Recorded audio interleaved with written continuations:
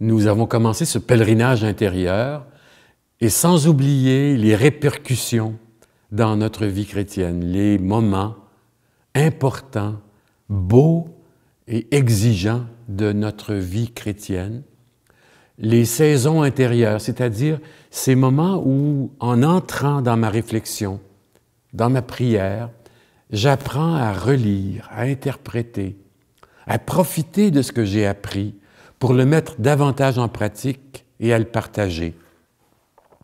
Tout ce projet de synode qui est fait dans l'Église a d'abord une première répercussion en soi. Je commence par dialoguer avec moi-même d'abord, à reconnaître les lieux où j'ai grandi. C'était la question que je présentais au début. Qu'est-ce qui me fait grandir dans la foi? Commencement, la saison où on n'a jamais fini de commencer de naître et renaître. Et tout de suite, d'emblée, je dis, si je pouvais accepter que naître et renaître, c'est un devenir constant. D'abord au plan physique, hein, je ne vous apprends rien, je ne suis pas psychopédagogue ou pédiatre, mais au plan physique, la conception, la gestation, la mise au monde, ce qui se passe là, on peut retrouver un équivalent dans la vie intérieure. Naître, s'ouvrir, s'éveiller au spirituel. C'est une expérience qui me fait devenir et que je renouvelle sans cesse. L'enfant, le petit bébé, l'enfant, l'adolescent, l'homme mûr, le vieillard, tout ça, c'est comme un chemin de maturité. Il y a un grand auteur qui parle de ça dans un livre, Romano Guardini, un beau petit livre, Les âges de la vie. Alors, ce qui se passe au plan physique a une sorte de ressemblance, pas nécessairement mathématique, 1, 2, 3, 4, mais il y a comme des saisons, des temps qui s'entrecoupent et qui se nourrissent et qui s'aident. Une chose qui est une certitude dont on a déjà parlé, on vient au monde spirituel. Et tout le reste de notre vie, c'est de devenir humain. On serait porté à penser le contraire. On vient au monde humain, puis on a besoin de devenir spirituel. Théard de Chardin, non, c'est le contraire. Quand je viens au monde, le petit être qui vient au monde a déjà le souffle de Dieu en lui, même si ce n'est pas dit, même si ce n'est pas célébré, même si ça ne paraît pas aux yeux de la foi, l'esprit est là. Et dès le début de la conception, puis on dirait que l'entreprise de vie humaine, c'est pas compliqué. J'apprends à devenir un humain, c'est-à-dire à réagir de façon humaine aux parents qui me sont donnés, à la parenté, au réseau d'amis. J'apprends à devenir humain dans ma façon de dialoguer avec l'autre, d'accueillir les différences. On n'est pas pareil. De célébrer les beaux cadeaux dans la vie des autres. Alors, c'est là quand on s'occupe de ça, de cette vie matérielle, spirituelle, on donne toute la crédibilité, on la valide, cette humanité. Par exemple, j'ai besoin de nourrir, d'être nourri, d'être chouchouté, cajolé, d'être encadré, dire non, ça, tu fais pas ça. Au fond, les impératifs de la vie, les nécessités vitales de la vie. Par exemple, vous connaissez cette expérience lointaine où on sait qu'à des enfants dans des orphelinats qui ont eu très peu de contact humain, ça fait des adultes en manque. On a besoin d'avoir, dès le jeune âge, un entourage affectif. Les petits-enfants qui ont été maltraités ou battus ou qui ont trimé dur devant les nécessités de la vie, comme avoir de l'eau ou être dans des contextes de famine. Il y en a qui partent déjà en béquille dans leur vie. Mais ce qui se passe dans ces moments-là, on peut faire un saut qualitatif et dire « ma foi, comment je la nourris? Comment je la fais grandir? » Puis on peut transposer tous les éléments. Par exemple, si je mange trop, bien, je vais être malade. Il y en a qui sont des consommateurs dans leur foi de lecture, toujours dans le même domaine, au fond, qui n'en finissent plus de se gaver. À un moment donné, il faut s'arrêter, puis il faut laisser descendre en soi ce qu'on apprend comme sagesse dans ce qui a été écrit. La parole de Dieu, c'est pareil. Il ne suffit pas d'avoir une petite semence dimanche après dimanche d'Évangile pour dire que je suis en contact profond avec la parole, il faut un suivi, il faut une fréquentation amoureuse, chaleureuse de ce que c'est cette parole de Dieu. Donc les éléments physiologiques, on peut les retrouver. Besoin d'être entouré, besoin de faire partie d'un groupe d'appartenance, plus que ma famille, quelque chose de plus grand. Il y aura l'école, il y aura les amis. Alors on a besoin de regarder que si je donne du prix à mon humanité, c'est parce qu'à l'intérieur de moi, il y a une espèce de souffle qui m'est donné. Quel beau cadeau si je me trouve devant quelqu'un qui me révèle à moi-même. La pédagogie, il y a des gens qui ont le don, là. Si vous avez dans votre vie rencontré un professeur, un homme ou une femme qui a déclenché en vous un intérêt, une passion, alors là, vous avez découvert gros. Vous avez découvert qu'il y a quelqu'un qui peut vous ouvrir un chemin beaucoup plus grand que vos qualités, ça devient un charisme. Susciter la passion, l'intérêt, le sens des autres. Paul va parler de cette forme de maturité comme un enfantement. Nous le savons, en effet. La création tout entière gémit maintenant dans les douleurs de l'enfantement. Elle n'est pas seule. Nous aussi, qui possédons les prémices de l'Esprit, nous gémissons intérieurement, attendant l'adoption, la délivrance pour notre corps. Nous avons été sauvés, mais c'est en espérance. Paul parle du travail de la création, qui est à la fois une exigence, c'est dur venir au monde, c'est comme un choc, le choc de la naissance, dont on va dire, mais il parle comme d'une espèce de défi qui est toujours en devenir et qui fait que c'est comme si on demandait à Dieu, vas-tu m'adopter? Es-tu là? Prends-moi avec toi en charge. On regarde un peu le petit enfant selon les liens de la chair ou du sang. À partir du moment où, dans le monde intra-utérin, par exemple, la dimension biologique et psychologique, si une maman a chanté beaucoup, a fait de la musique ou a parlé doucement à l'enfant, dans le sein, il y a quelque chose qui se passe là qui est comme déjà légué en héritage. À la sortie du corps, c'est la même chose. Quand le petit est sorti, il tombe, il accède à sa vie et il va devoir apprendre à devenir un individu. Mais on parle du choc de la naissance. Il y a des naissances qui sont faciles, d'autres qui sont plus pénibles, d'autres qui sont résistantes. J'avais déjà vu il y a quelques années un médecin qui travaillait avec les mamans qui avaient de la difficulté à laisser l'enfant sortir et qui physiquement poussait, aidait l'enfant parce que l'enfant était trop bien ou la mère n'avait pas ce qu'il fallait pour l'aider à l'expulser, le retenait à sa façon. Aider l'enfant à sortir. Puis quand c'est fait, ceux qui ont les accouchements à domicile ou dans des bains d'eau, il y a toutes sortes de naissances qui ont un impact sur notre façon de vivre, la naissance. Puis là, le temps de la proximité fusionnelle entre la maman et l'enfant, puis le papa qui entre là-dedans, les premiers pas qui sont, ça a l'air bizarre de dire ça, mais l'expérience profonde de liberté et d'autonomie, comme c'est beau, ces petits pas qui se font en direction de bras qui sont ouverts, ou l'enfant qu'on lâche par la taille, et puis, même s'il sait qu'il va tomber, il part. Donc, partir de l'autonomie et s'en aller vers une socialisation, ça va avoir des répercussions toute la vie. De sorte qu'on va dire qu'à un moment donné, que pour certaines personnes, toute leur vie, c'est d'essayer de retourner au sein maternel, à l'intérieur, au fond, de fuir, de se cacher dans la sécurité du giron maternel.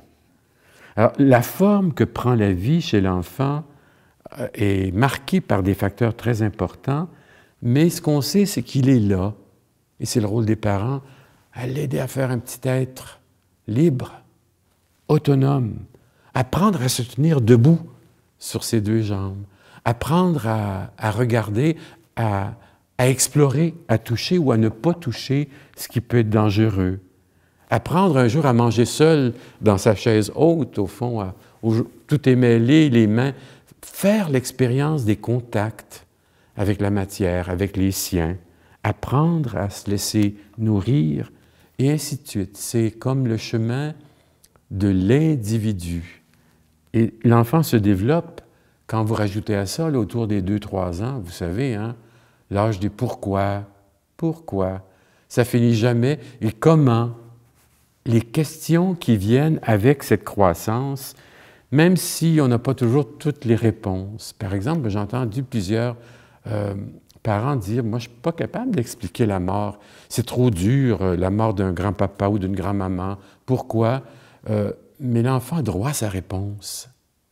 Ne pas avoir peur de donner des réponses, parce que c'est à travers ces réponses qu'il va découvrir et faire sa propre sécurité et à comprendre la différence entre l'imaginaire, il était une fois le petit chaperon rouge, et le réel.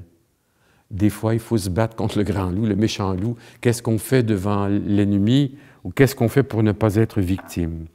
Ne pas avoir peur des questions. Ce que je dis au plan de la vie humaine se transpose aussi dans le questionnement intérieur. Alors, la tâche des parents, moi je ne suis pas parent, mais je le sais un peu de façon parallèle, par expérience, la tâche des éducateurs aussi, c'est de tout faire pour libérer ce petit être et de l'orienter vers son individualité, son initiative propre, son autonomie, sa liberté.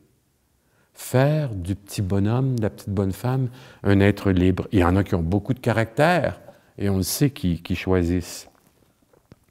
On connaît des situations où les parents sont absents, où l'enfant s'éduque tout seul quand les parents travaillent, puis l'enfant n'a que la télé quand il arrive de l'école, il est livré à lui-même. On connaît des situations où l'enfant n'a pas d'encadrement d'autorité, où il y a des parents qui vont vouloir négocier. Ah, ben, dis-moi quelle punition tu veux. Non! L'espèce d'autorité qui doit être ferme. On connaît des situations où il y a une carence de bons éducateurs. Puis c'est une des crises actuelles du monde de l'éducation. Il manque de professeurs. Devant des classes surchargées, on a besoin de professeurs, de pédagogues, de personnes qui sont susceptibles d'éveiller, ce que je disais tout à l'heure, une passion, un intérêt, un chemin de vie. Et on connaît les conséquences quand il manque le petit tuteur. Quand l'arbre pousse, l'arbre n'aura pas besoin du tuteur toute sa vie, mais c'est au moment des premières pousses, des premières ramifications, des premières feuilles. C'est la même chose au plan de la vie chrétienne. Qui va nous aider à transmettre notre foi, à rester des enfants au sens évangélique, à ne pas avoir peur des événements de la vie qu'on ne peut pas bien gérer, qu'on ne comprend pas?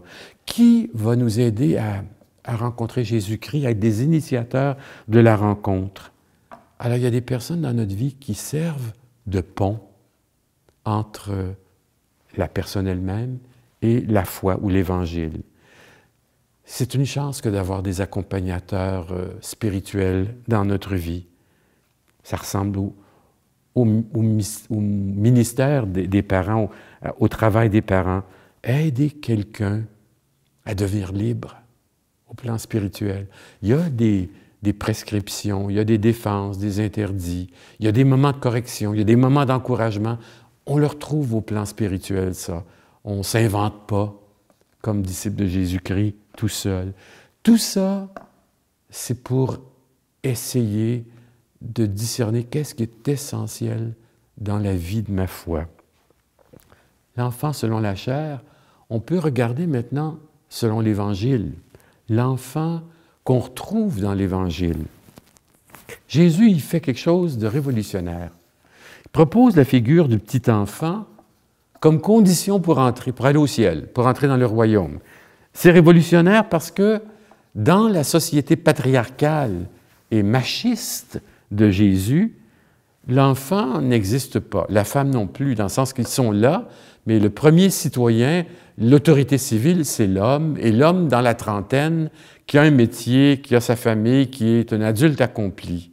pas François, mais Jésus, pardon, il fait le geste, prendre un enfant par la main, le mettre au milieu des disciples et dire que même s'il n'est pas un citoyen à part entière, même si l'enfant n'a pas de raison civile ou religieuse, ou serait au bas de l'échelle sociale, si vous voulez, encore mieux dit, et dépendant des autres, c'est être comme ça qu'on entre. Alors, ça veut dire qu'il met de côté toutes les suffisances, toutes les grandes sûretés que le moi donne, toutes les expériences de vie accumulées.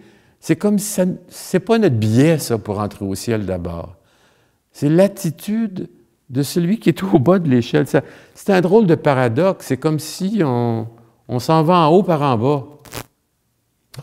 On monte vers le ciel dans une condition sans prestige, sans reflet social. Jésus déjoue les attentes des disciples et de la foule.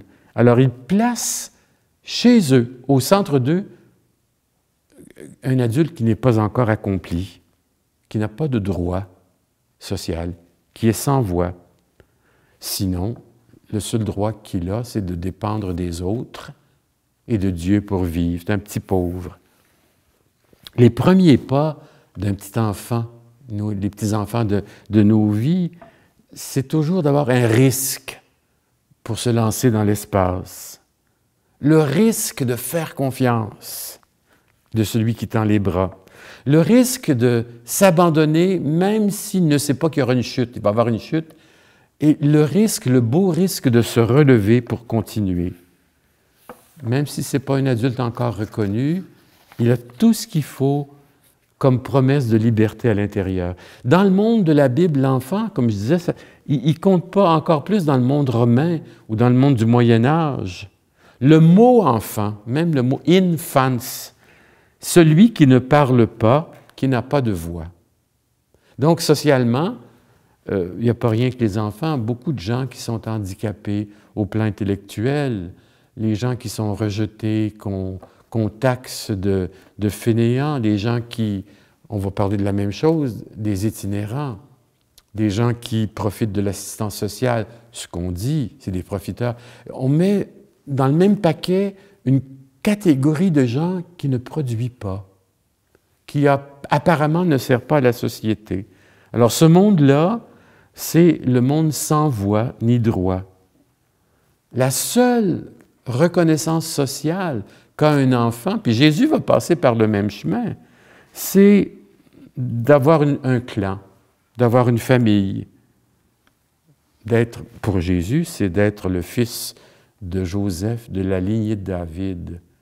Jésus passe par ce manque de notoriété, et puis là, on va voir à la prochaine étape, il y a sa petite crise d'adolescence, à 12 ans, quand il s'en va au temple. C'est pour ça que Jésus dit, il faut être comme un enfant. Qui donc est le plus grand dans le royaume des cieux?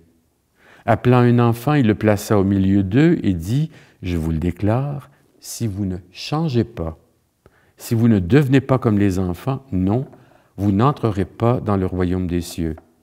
Celui-là donc qui se fera petit comme cet enfant, voilà le plus grand dans le royaume des cieux. Qui accueille en mon nom un enfant comme celui-là, m'accueille lui-même. On ne parle pas d'infantilisme ici, là. On parle d'être... c'est pas d'avoir de la dentelle, du relief, du panache. C'est comme si Jésus disait, il faut qu'il y ait un changement de mentalité.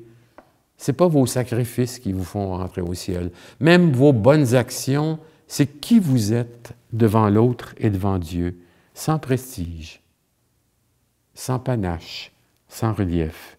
Alors ce geste est révolutionnaire quand il se sert de l'enfant. Maintenant, aujourd'hui, l'enfant a gagné en droit et en voix. On va même parler de l'enfant roi. On va parler des enfants ce sont eux qui sont maîtres de l'agenda des parents, toute la semaine et en fin de semaine. Des parents dont toute la vie consiste à promener les enfants entre le hockey, le soccer, le baseball, les patins de fantaisie, les cours de ballet.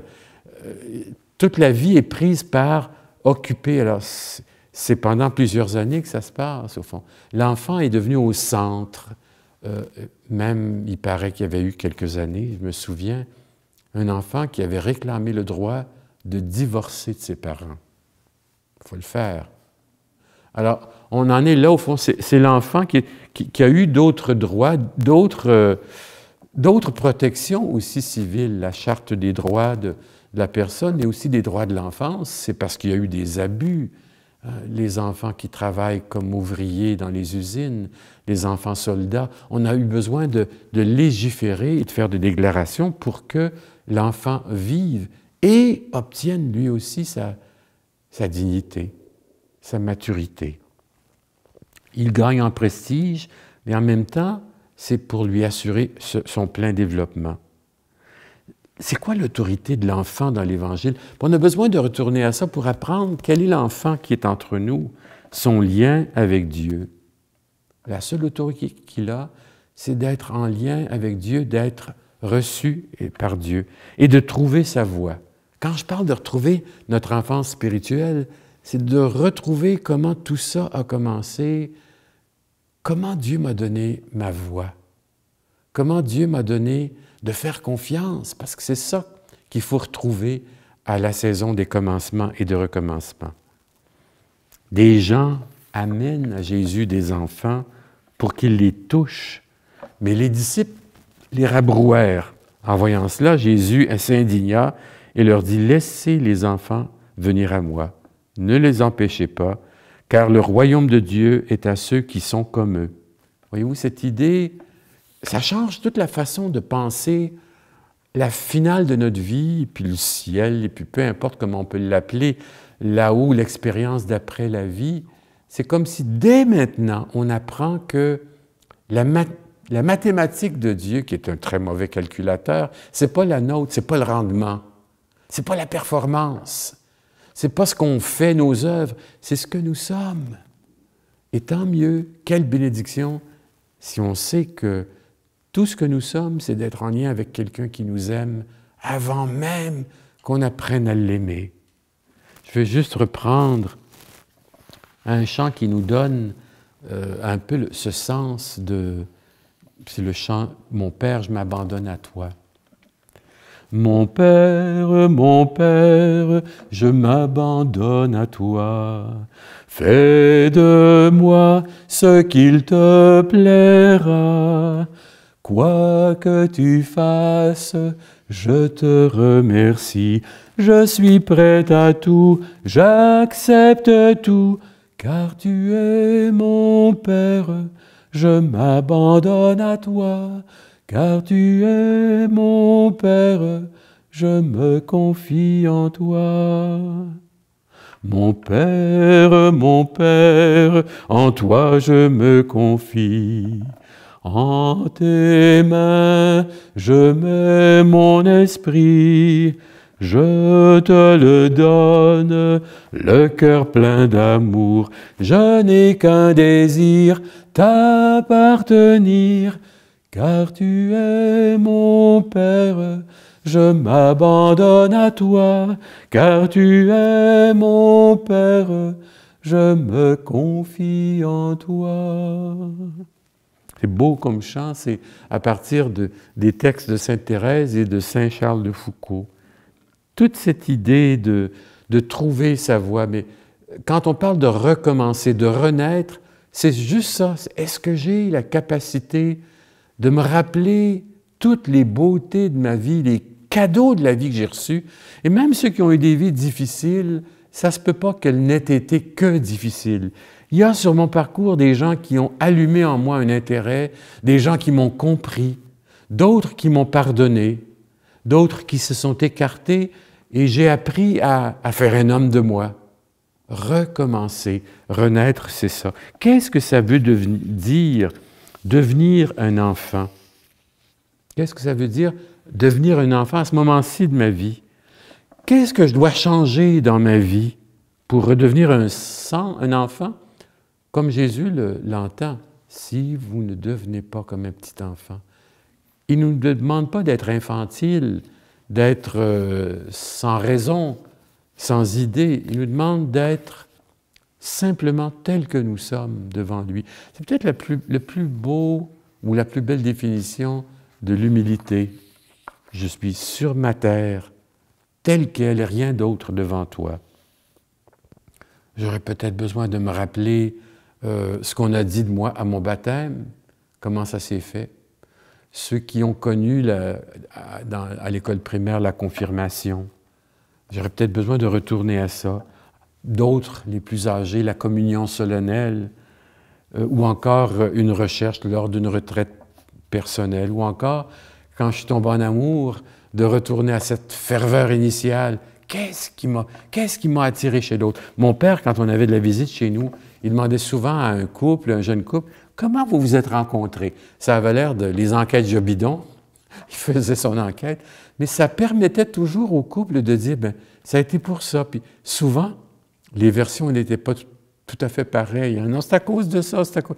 Qu'est-ce qui fait que vous êtes aimés? Quand on retourne à ça, quand on essaie d'y répondre, on recommence. On continue et on renaît.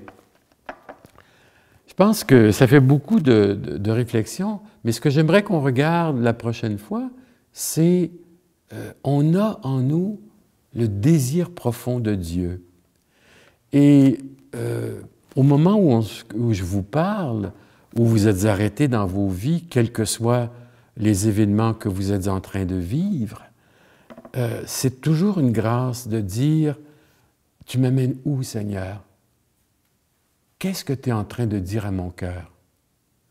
Quels sont les signes qui me poussent à chercher? » C'était le texte qu'on avait du prophète Isaïe dimanche. « Cherchez Dieu tant qu'il se laisse trouver. » C'est jamais fini. C'est pour ça que je disais que c'est comme un devenir constant. C'est une sorte de chemin qui va se réaliser après ma mort, seulement sur mon lit de mort, si je ne suis pas trop drogué par la morphine, et bien avant, quand la maladie s'installe, ou que je suis en train de dire à mon corps, bon, tu peux t'en aller maintenant. Et ça se fait, hein? Ça se fait. On ne peut pas l'expliquer scientifiquement, mais quand certains disent non, je ne veux pas avoir d'acharnement thérapeutique, je ne veux pas avoir de gavage pour me faire vivre inutilement. Quelque chose se passe dans la conscience humaine et spirituelle, quelque chose se passe pour dire « mais je m'en vais où? » Et tout ce qu'on dit depuis 2 semaines, pour recommencer, pour ne pas avoir peur de renaître, repose sur la confiance. Faire confiance à un Seigneur qui est invisible, qu'on n'a jamais vu face à face. Faire confiance qu'il est là et qu'il m'amène sur son terrain, qui va me dire « viens, viens partager ma vie ». Mais il y a toujours ce beau refrain « je me confie en toi, je me redonne à toi ». Essayez de voir cette semaine qu'est-ce que ça veut dire pour vous, redevenir un enfant au sens de l'Évangile, libre, sans trop de relief, mais tout à fait dégagé devant Dieu, plein de confiance. Bonne semaine.